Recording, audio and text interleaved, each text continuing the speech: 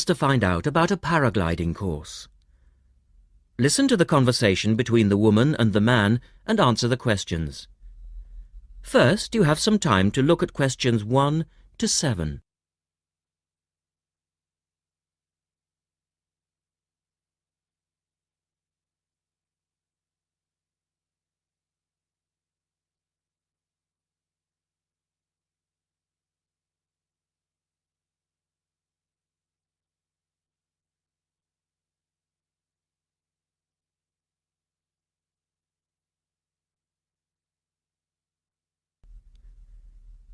Now we shall begin. You should answer the questions as you listen because you will not hear the recording a second time. Listen carefully and answer questions 1 to 7.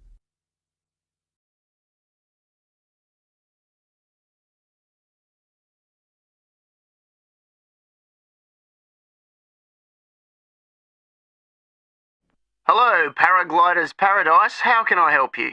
Oh, hi. I'm interested in doing a course in paragliding. Which course are you interested in? Well, I'm not sure. What's available? Well, we've got the introductory course which lasts for 2 days.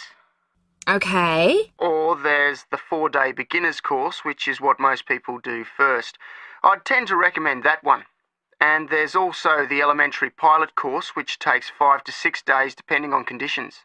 We might try the beginner's course. What sort of prices are we looking at? The introductory is $190. The beginner's course, which is probably what you'd be looking at, is $320. No, sorry, $330. It's just gone up. And the pilot course is $430. Right. And you also have to become a member of our club so that you're insured. That'll cost you $12 a day. Everyone has to take out insurance, you see. Does that cover me if I break a leg? No, I'm afraid not. It's only third party and covers you against damage to other people or their belongings, but not theft or injury. You would need to take out your own personal accident insurance. I see. And what's the best way to get to your place? By public transport, or could we come by bike? We're pretty keen cyclists.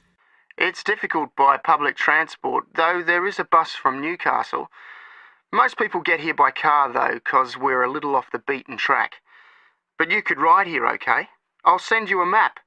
Just let me take down a few details. What's your name? Maria Gentle. And your address, Maria? Well, I'm a student staying with a family in Newcastle. So it's care of... Care of Mr. and Mrs. McDonald. Like the hamburgers? Yes, exactly. McDonald. The post office box address is probably best. It's P.O. Box 676, Newcastle. Is there a fax number there? Because I could fax you the information. Yes, actually there is. It's 0249, that's for Newcastle, and then 775431. Okay, now if you decide to do one of our courses, you'll need to book in advance and to pay when you book. How would you be paying? By credit card, if that's okay. Do you take Visa?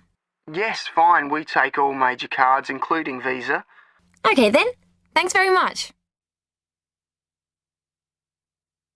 The girl is telling her friend about the course. Look at questions 8 to 10.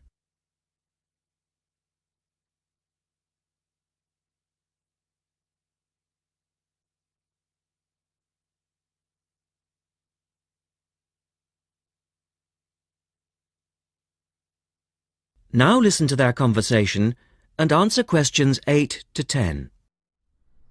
Hi, Pauline. Hi, Maria. What's that you're reading?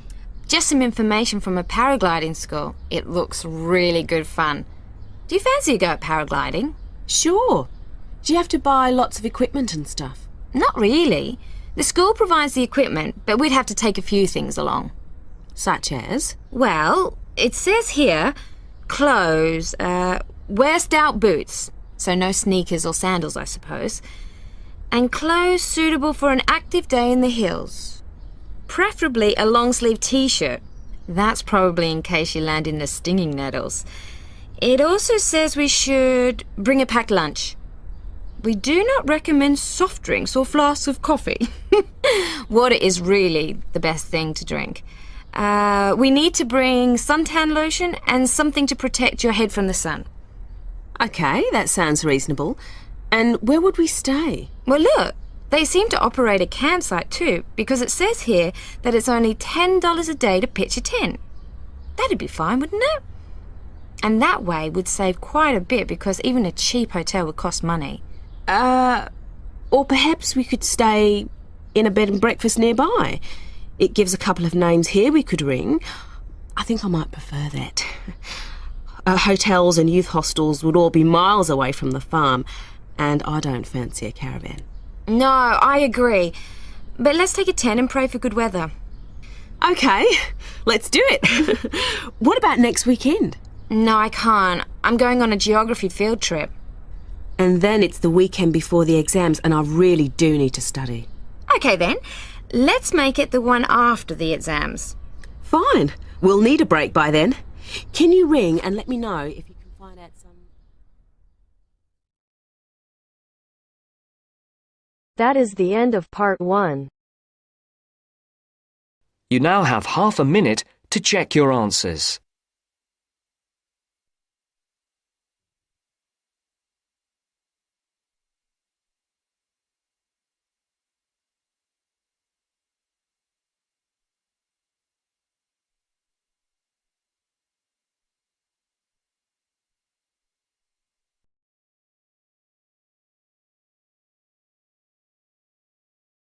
Now turns to part 2. Part 2. First, you have some time to look at questions 11 to 15.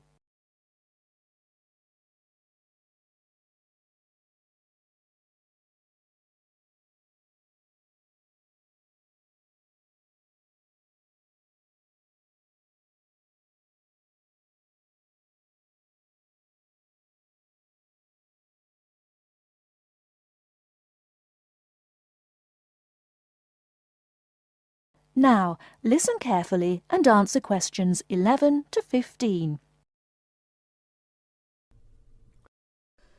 Starting at the beginning, you can see the on-off switch just beneath the two lights.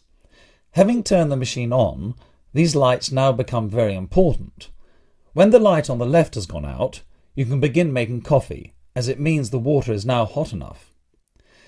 Next to that is the water level light. If this is illuminated, it means the machine does not have enough water.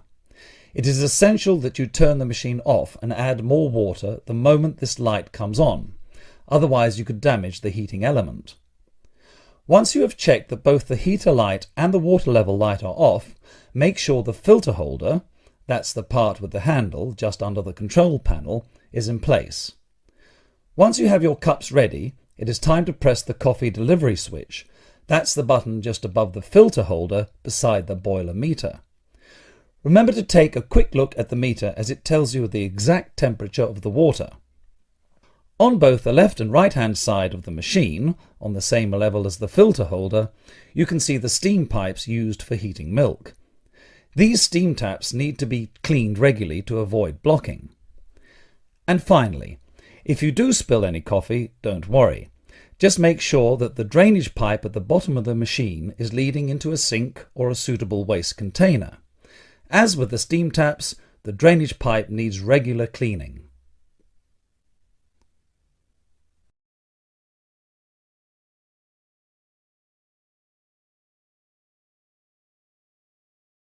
Before you hear the rest of the talk, you have some time to look at questions 16 to 20.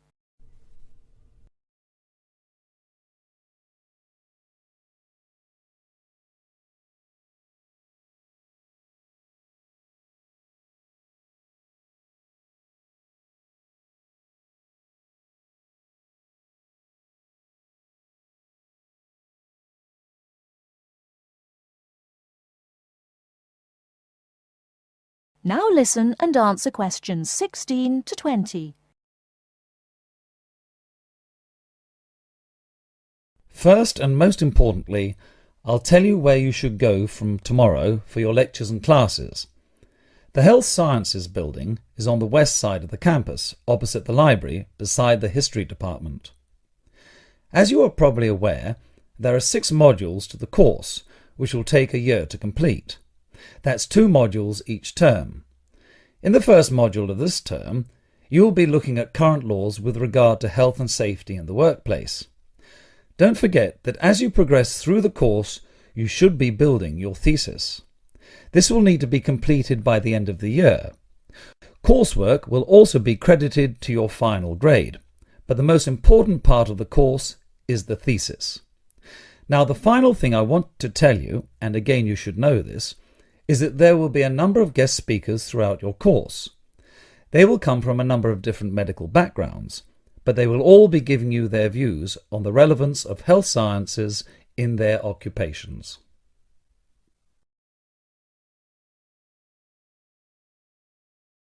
That is the end of part 2. You now have half a minute to check your answers.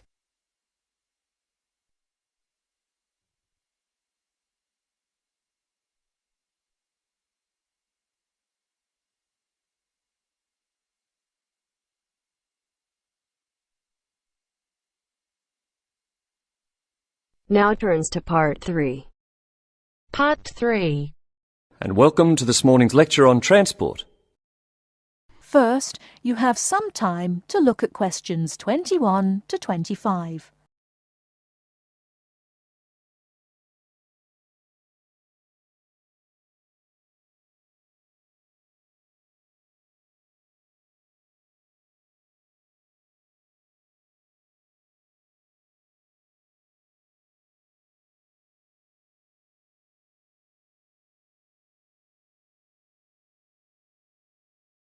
Now listen carefully and answer questions 21 to 25. Good morning and welcome to this morning's lecture on transport. What I'll be doing today is comparing forms of transport in different countries to see how forms of transport are affected by factors such as geographical landscape and economic development. My focus will be on countries in South America, Europe and Asia.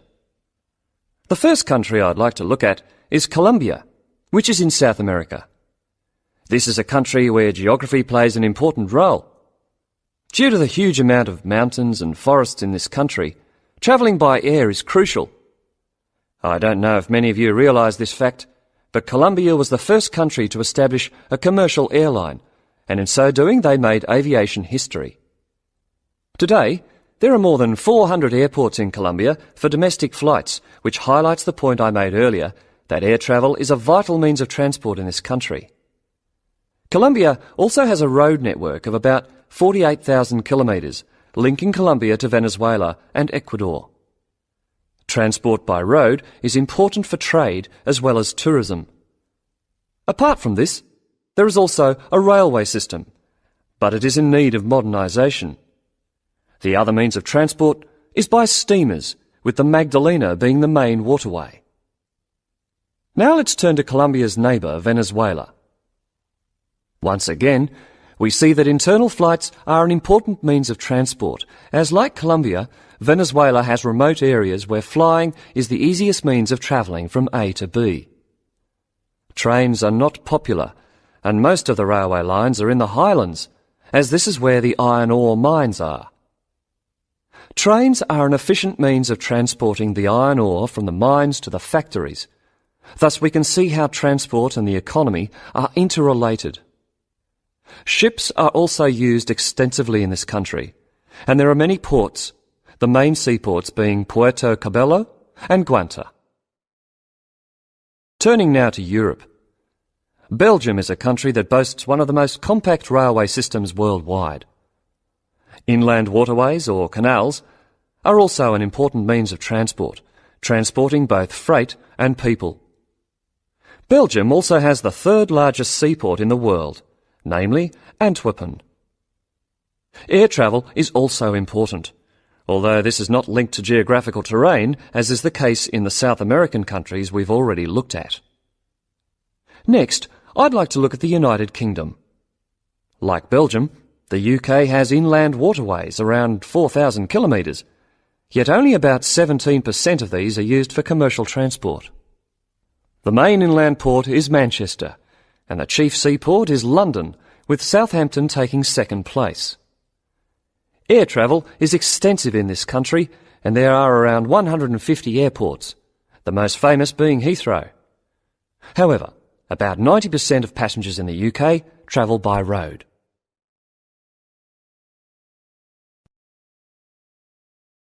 Before you hear the rest of the talk, you have some time to look at questions 26 to 30.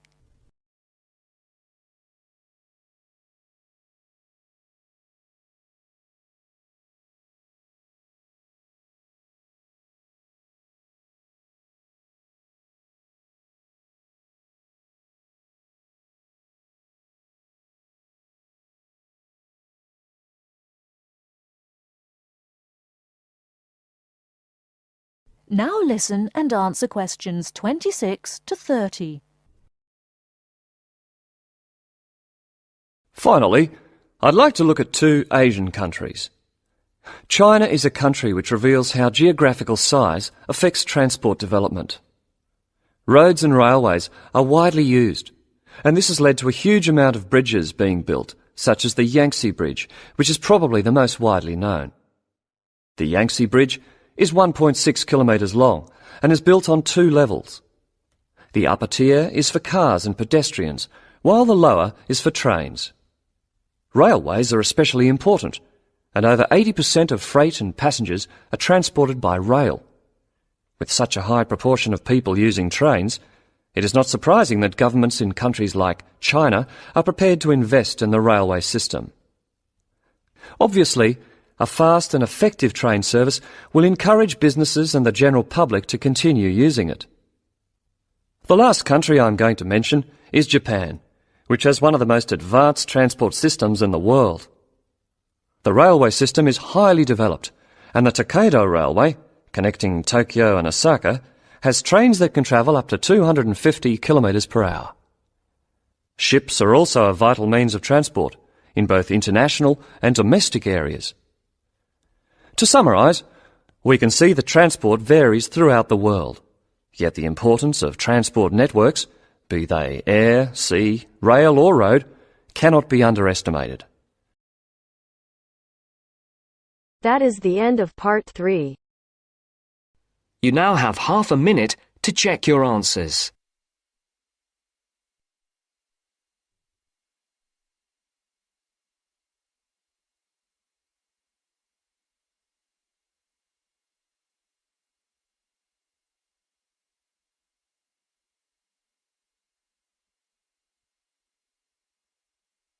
Now turns to part 4. Part 4. You will hear a talk on seasonal affective disorder. First, you have some time to look at questions 31 to 40.